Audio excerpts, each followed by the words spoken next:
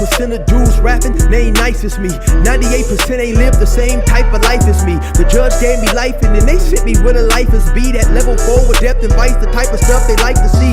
Two choices, fight or flee. I refuse to die a chump. I never been a mark, but damn, it's scary when that riot jump. I seen dudes cry, get pumped, and some sexually brutalized. Knew a dude who lost his life and he was only doing 5 year-long racial fights when homie all you do is ride. Lonely days and nights up in a hole causing suicide. From the moment you arrive, you see the Mexican mafia, AB skinheads with big giant swastikas, pro-black philosophers, the BGF, the Kumi, and Muslims who will murk you from the nation to the Sunni. That MS was loony, quick to ride up on they rival. Even Christians went to church, hide knives up in they Bible. Political and tribal, the Crips and Damus, the Long Beach, the Hubs and the Dubs and the Grooves, the IE, the Bakersfield, the Dago Pyrus, the Hustlers quick to roll.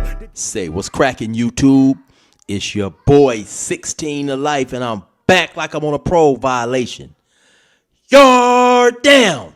Now, for those of y'all that's new to my page, in 1994, I got arrested. I was eventually sentenced to 16 years plus life, and I served 24 years straight in the California prison system. Yeah, that's me gassing on that intro song. And if you want to get that song, hit me up on my email, 16tolifemusic@gmail.com, and I'll give you the information on how to get it. Now, let's get into this video. So today I'm going to be reacting to a video by Damian Porter on the Inside Story. And in case you want to go check the video out in its entirety, the name of the video is Whites Stab Two Elderly Blacks and the Blacks Retaliate.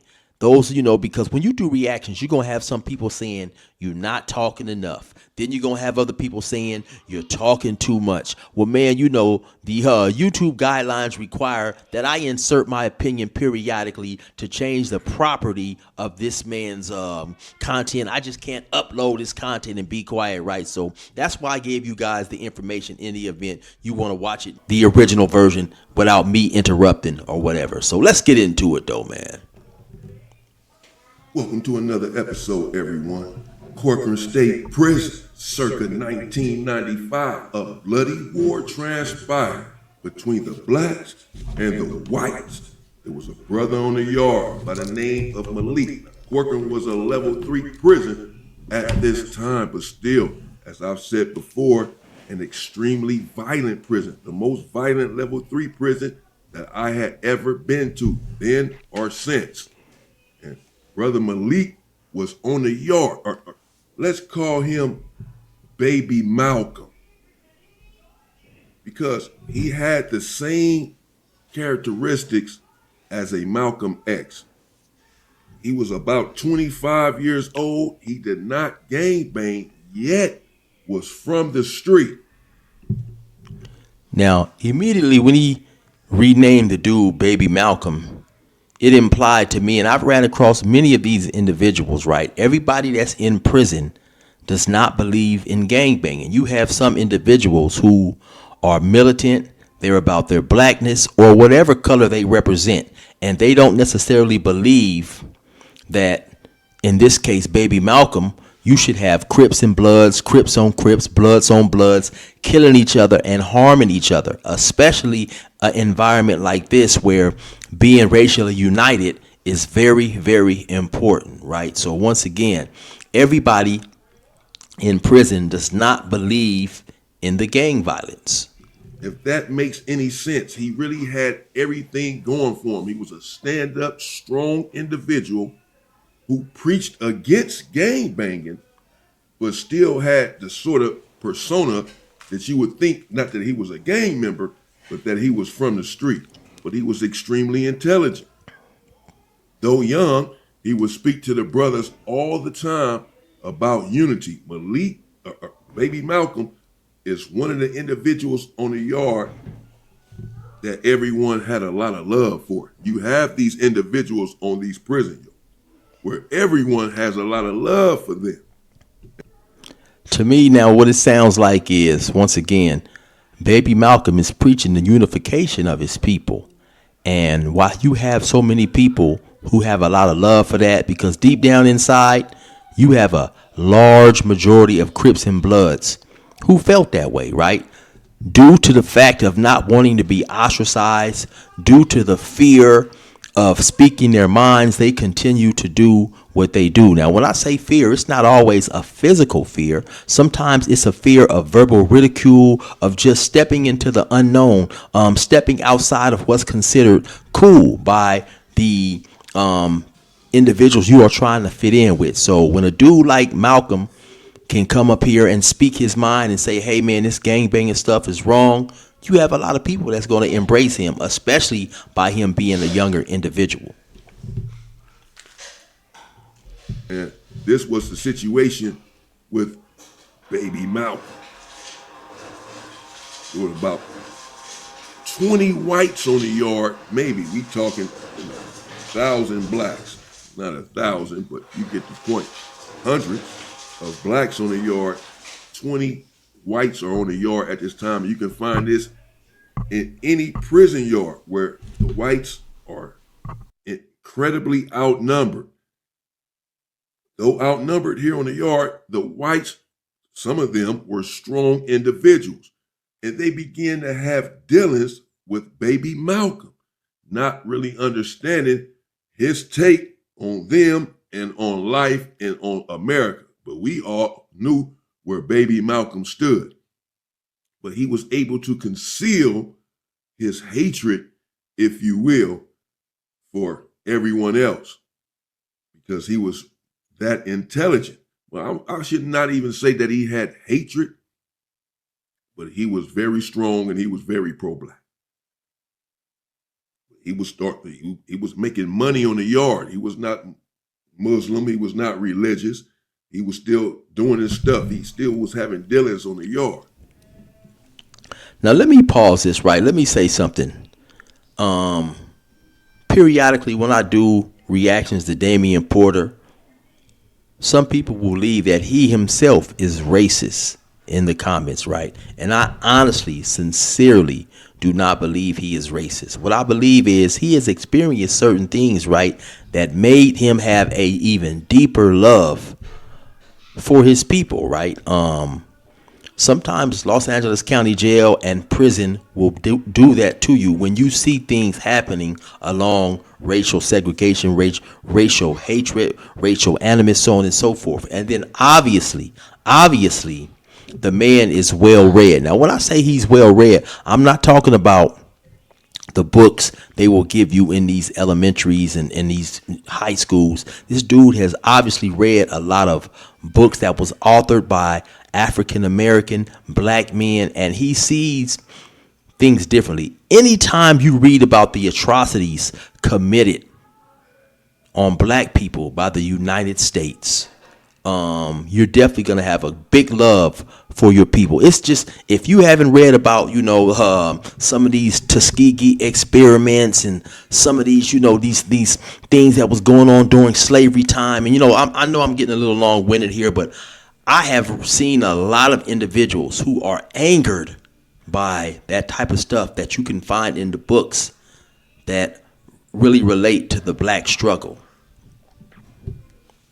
He began to deal with a couple of whites on the yard in this illicit activity. And they had a falling out. Falling out, it wasn't going to take much. It was going to be a rapid fallout because of Malik's, baby Malcolm's disposition to begin with. His outlook, which, again, upon everyone else, was not that great. He was steadfast in his belief that the black man needed to unite, particularly there in prison, in order to obtain his respect from everyone else. When they had a falling out, baby Malcolm apparently called one of the whites a racial slur right there in the yard. They were having a bit of a spat. They were going back and forth. And baby Malcolm called him a racial slur. I will not repeat it here. I already have one strike on the champ. Well, the whites became outraged, enraged.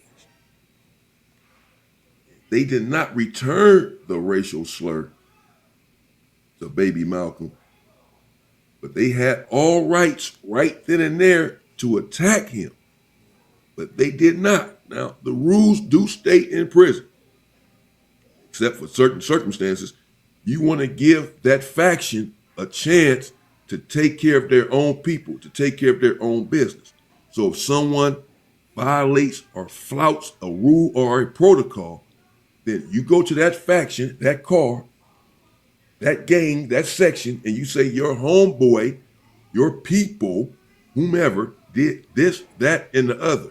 We want them off the yard, or we want him off of the yard now. And if they do not get him off the yard, after given the opportunity to get him off the yard, then you have the right to get him off the yard yourself or take off on that whole car, that whole faction, that whole gang for not taking care of their business, for not getting that individual off the yard when he did something wrong. This is why everyone keep their own people in check. To be fair, apparently they said, well, we'll just go to the blacks and let them know what baby Malcolm did. We want him off the yard. That's what they did. They came to the blacks and they said, we want baby Malcolm off of the yard now, because we were having dealings with him, as many of you know. These dealings fell apart, and then he hurled a racial slur at us. He disrespected us and our entire race. You all know that that's a violation. We take umbrage to this, and we want him removed from the yard in a violent fashion immediately. Now, I remember a couple months ago, somebody from New York left a comment along these lines, basically saying that, how dare you California dudes do something to somebody from your own race. He didn't really understand the California politics, right? And I haven't created these politics. Damian Porter hasn't created these politics. These dynamics have been around long before we came, right? Now, by all rights, baby Malcolm was definitely supposed to be removed from the yard as far as California prison protocol goes, right? Because he not only did he disrespect somebody, another race, he disrespected them along racial lines, something that no race would tolerate, right? Not only did you disrespect one person, you disrespected our whole entire race, right? And so the dude from New York was saying that is ludicrous. Basically, man, I would go to war before I ever discipline one of my own folks. I don't know if when he said it, if it was in relation to the race or it was in relation to his gang, but either or, right? But the thing is this, that is put in place to keep things running smoothly, right? Regardless of who it was. Now, we know in many situations you have individuals who, for whatever reason, have favor with their collective, and certain things that should happen does not happen because who they are. But by all rights, the dude was not supposed to be allowed to stay to prevent violence, turmoil, chaos, injury, etc., etc. This is what they came and said. Typically, the other group would oblige if there's evidence that this man violated a protocol, and hurling a racial slur is indeed a violation. You must respect everyone in prison at all times, no matter the situation. This can cause a riot. This can cause a bloodbath. And in order to prevent and circumvent a bloodbath, typically they just take care of that one individual and remove him from the yard. Not out of fear, but out of respect, self-respect, respect for the other car, and out of respect for the rules. That this man flouted the rule and the protocol, he went against it, and he must pay the price like everyone else. But in this situation, blacks, well, They said no. In no uncertain terms. To be clear, the blacks, I believe, were indeed, I don't want to say, bullying the whites, but they knew that the whites were sorely outnumbered. And they just simply said, it's not going to happen. You guys can't tell us what to do. Had it been someone else, maybe. But in this situation, would it been 20 whites on the yard and 500 blacks? They said, no, we're not going to remove baby Malcolm from the yard. And so, of course, that definitely sounds unfair because it goes against prison politics, right? But that is, whether people like it or not, that is gang behavior, right? I've seen that happen many times, whether it's different races or you have different gangs of the same race, and one gang gets deeper than the other gang. They feel they are stronger, and they just, refuse to do the right thing in relation to someone from their collective who has crossed a line. It's gang behavior. That's the whole purpose of a gang. I'm bigger, I'm badder, I'm tougher than you. But the reason it was supposed to happen to keep everything from getting, to keep everything running smooth, right? When you start to show favor or give a certain individual certain privileges and allowances that you wouldn't give everybody else, it messes up in the long run the smoothness of what's going on. It starts to put, boo-boo in the game is the saying, right? Because now once you do it, other people start doing it, and then a smooth running program at one point in time now is affected because so many people want to, in Damian Porter's words, flout the rules. We don't know what he said, what he did, if he said it, and if he did it. We don't care. You guys feel the same way, and true. They feel that way. They walk around, they have certain tattoos. Their whole demeanor, they're clear.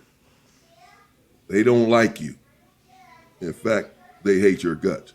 But they still can't come in your face and just call you a racial slur without it going up there in prison. Regardless of how they may feel about you. And though they may want to do this, they cannot just come up to you and do this. So baby Malcolm had not had much experience in prison. But again, he was intellectual. But that doesn't mean that he understands the rules and the politics. Of course, he understands that what he's doing is wrong and what he said was wrong. He doesn't understand the backlash behind it. The sort of war and bloodbath that something like this could cause. But again, since these individuals are just so deep on the yard and the brothers are extremely deep, they said no. For one, they floated around different, methods of chastising baby Malcolm. And came to the conclusion, we just gonna have to talk with him, let him know to never do this again, where he was wrong at, and that's gonna be it. To be fair, the brothers just came together and said, we're not gonna remove our brother from the yard. Malcolm is one of the individuals, again, that everyone had a lot of love for. He was a soldier. He was our future. We did not feel we were disinclined to brutalize him based on what these individuals said. Now, truth is, if Malcolm did what these individuals said he did, and Malcolm admitted to it, by the way, he admitted that he said this. He apologized to us for, putting us, the brothers, in a situation, possibly, potentially, but he did not apologize to them. He didn't apologize, and no one asked him to. And again, of course, baby Malcolm understood that these individuals want him off of the yard. He's not crazy. Everyone let him know that's not going to happen. So we'll see what happens from there. But there's only 20 of them, and We were not sure exactly where the Southsiders stood on this, to be honest. The relationship with them at this juncture was a tenuous one. Really, the relationship with the whites at this time was untenable. All of this was going to come to a head eventually. And this is really the situation that just sparked what was already in the making. Turmoil had already been set there on the yard. It was simmering beneath the surface, waiting to ignite. And baby Malcolm, well, this was really the match that lit the fuse. We were on lockdown, I remember distinctly, for a brutalization that the Serenos, a bloody demonstration that the Serenos had put down on the yard. It was ugly. They left a man there nearly dead, leaking for a rule, a protocol that he himself had flouted. And well, simply put, they don't play that. They were on lockdown. At this time, everyone was on lockdown over the situation. But everyone else, other than the Serenos, were on a modified lockdown, meaning we can still come out of our cells, we can still go to canteen, we didn't have to be handcuffed, etc. But until they sorted everything out, everyone was on a modified lockdown, except the Serenos were on a heavy, dead lockdown, handcuffed, everything else, every time they come out of their cells. During this lockdown, an OG black man, also, whom everyone on the yard had a lot of love and respect for, was behind the wall at canteen. While he was there behind the wall at canteen, apparently by himself, two whites attacked him with weapons. And that's the point right there, right? So, due to the fact that favoritism was shown to Malcolm, you have two individuals, you have two individuals, attack an elderly black man, right? Now, he could have lost his life. He could have fell down and hit his head. I don't know how elderly he was, right? But imagine this individual back there minding his business, he hasn't done anything wrong, and he's not expecting to be attacked. But due to the loose programming of baby Malcolm, now you have this black dude who has to suffer. And that's why favoritism should not be shown in situations like this, because of course you'll have a lot of people, especially and potentially not from California, who feel you should never attack one of your own to pacify or placate somebody else, right? But once again, here you have an elderly black dude doing his time like he should, obviously, because he's still there on the main line. And due to the reckless words of somebody else, he is viciously attacked. And so that is the whole purpose of everybody. When you function with a collective, and at this juncture, even though baby Malcolm wasn't a gang member, he's functioning as a black man. You have to carry yourself equally up to all the standards that everybody else has to carry themselves, so a situation like this doesn't arise. Now, I say OG, I should emphasize that this was an older individual. He was really older. When it's up, it's up. When it's war, it's war. No one is going to care about anything. Understood. He attacked this individual, and he could barely fight back because he was simply fragile. The whites that attacked him were strong, physically strong individuals. And with the weapons in tow, the OG stood no chance. Someone who was in medical witnessed this. Now, when you're there in the infirmary in medical, the door is going to be locked. So the brother that was in there could not get out. So he just started banging on the window. You know how you try to create a distraction. You see dogs attacking someone or something. You don't get your ass out the car. You just start blowing the horn at the dog, trying to create a distraction. He's banging on the window. He's trying to create this distraction and stop them from doing what they're doing. But so he's witnessing what went on. He came back from medical. He couldn't get out. He was distraught over the fact that he couldn't get out of that door to help his older brother, who apparently was really ripped to shreds. It was a gruesome and vicious attack because he was so elderly and he could not respond. He stood not a chance. And I was going to say, more than likely, when these white convicts came out with their weapons, their plan was not to run up on somebody and tickle them, or run up on somebody and tell them jokes, or even punch on a person and lump him up a little bit. I'm pretty sure their plan was to take the life of somebody. You know what I'm saying? Once again, like Damian stated, they were already vastly outnumbered, right? And, you know, we have to give credit where credit is due. When we're talking about penitentiary violence, the white dudes do not play. And, of course, they already know that they're outnumbered.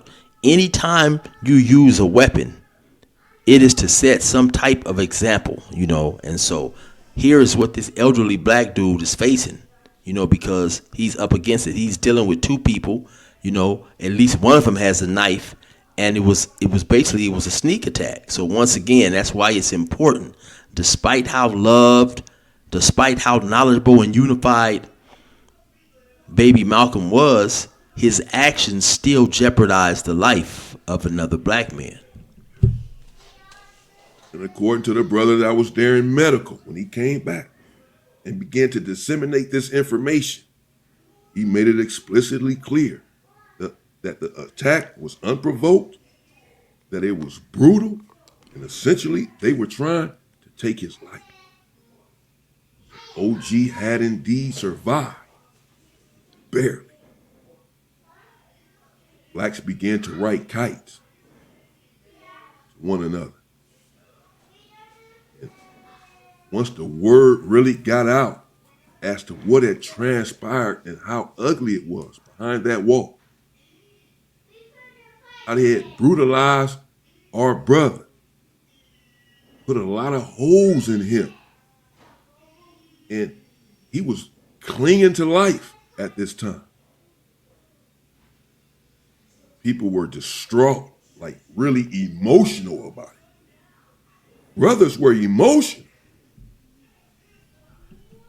And this goes to piggyback on to what I've said in the past, right? A lot of you guys may not understand or experience the things that go on. Everybody, I believe, has an amount of racial pride. And sometimes that racial pride is enhanced and magnified when you go to prison. So when you're Damian Porter and you see things like this, you see that, you know, you see things in prison that would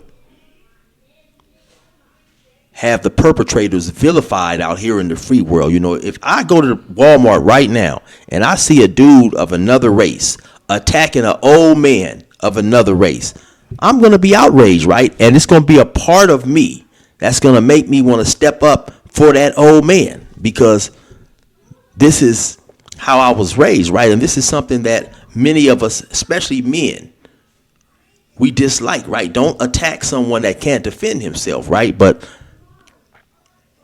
to see this happen in prison to somebody of your own race, of course you're gonna develop anger. You may even develop hate. You may even develop a strong dislike. And to see this continuously over and over, things of this nature, of course, will make anybody, I believe, angry. Along with, like I said, the reading of all this type of stuff. For those not familiar with the Tuskegee experiment, it's basically where the United States had tricked some individuals and was telling them that they was testing them for bad blood, not knowing that they had was watching them for a reaction to syphilis that they had given them. Some of them already had syphilis, some of them not, right? And this was what occurred in this Tuskegee experiment, right? Go research it. My mind is not 100% clear. I read it a while ago, but that was the gist of what was going on. And just to read things like this, it's so much horrific stuff that is not taught in these regular history books that when we grow up, and when you read some of this stuff and your eyes is open to the viciousness, then you'll have an individual who may wear their feelings on their sleeve, may be a proud black man, but that doesn't necessarily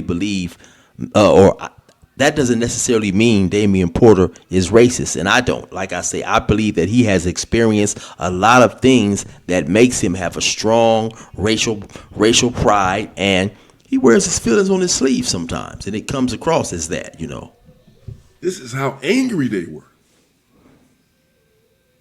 And everyone was outraged because there's 20 of you individuals. What gives you the temerity, the unmitigated gall, the audacity to attack our brother in this fashion? Well, of course, it's because we did not get baby Malcolm off of the yard. But the brothers felt like these dudes must feel like they have protection. They have backup. So the idea was floated around. Should everyone be attacked in response to this? Should we just focus on the individuals that did what they did? And more than likely, it's no sense in focusing on the individuals, because I'm pretty sure at some point in time they was seen attacking the elderly black dude, and they was took to the hole. And so you wasn't going to get any action at doing anything to those individuals.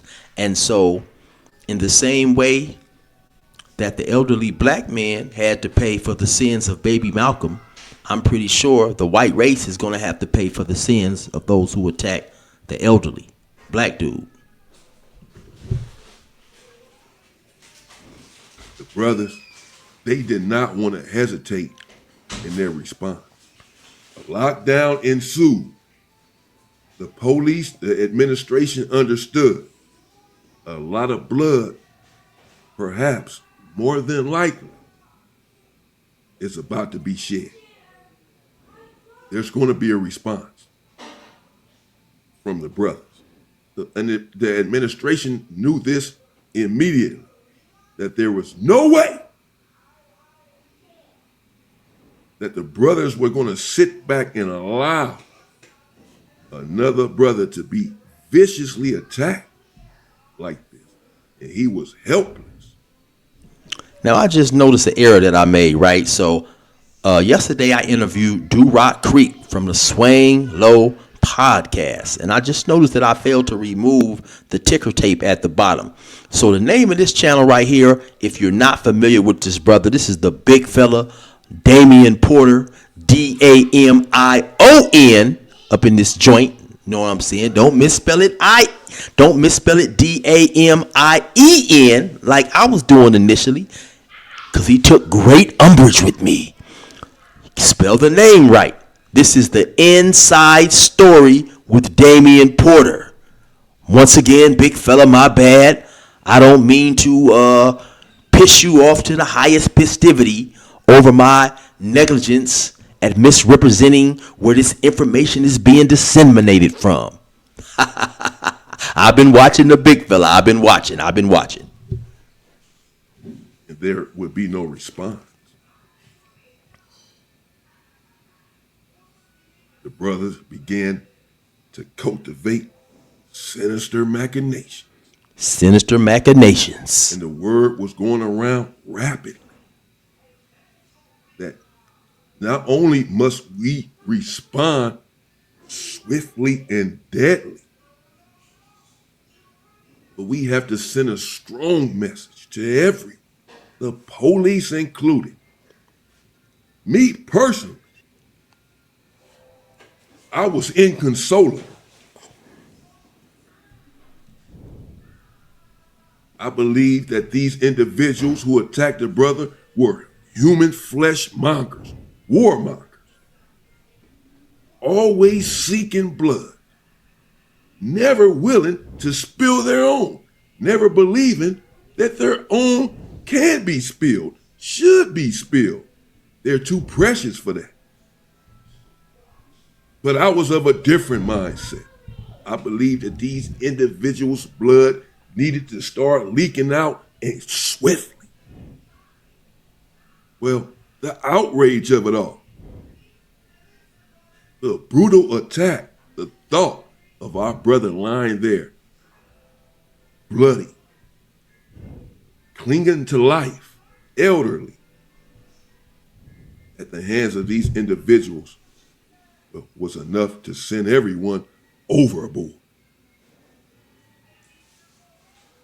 And so we were pondering a way to respond with substance.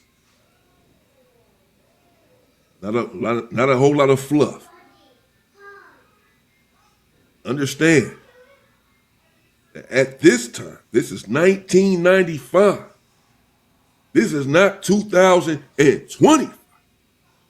You had some real hitters back then. Some real killers, some real OGs, bro. Some real members. This is who I grew up with. Behind the wall. Real ones. Lace me. And it was some real ones back then. There's a few now. There's a few. Back then, it was nearly everyone. And again, I'm no hero. I wasn't the only one that was outraged and inconsolable. Yeah, the masses were. And so, the brothers put together a diabolical plot. It was a sinister one. To exact revenge, to shed the blood of the opposition, to respond and retaliate with deadly force. And that's what we did. It was a sinister plot and a sinister attack. Okay, so I'm going to stop this video right here, man, because I got to hurry up and react to part 2 and bring y'all that. I'm eager to hear what happened like everybody else, man. I'm hopefully can remind myself to change that bottom ticker, get it right. I don't want to create any animosity between me and the big fella by misrepresenting where this knowledge is coming from. So let's get to it, man. Until then, it's your boy 16 to life. Resume normal program.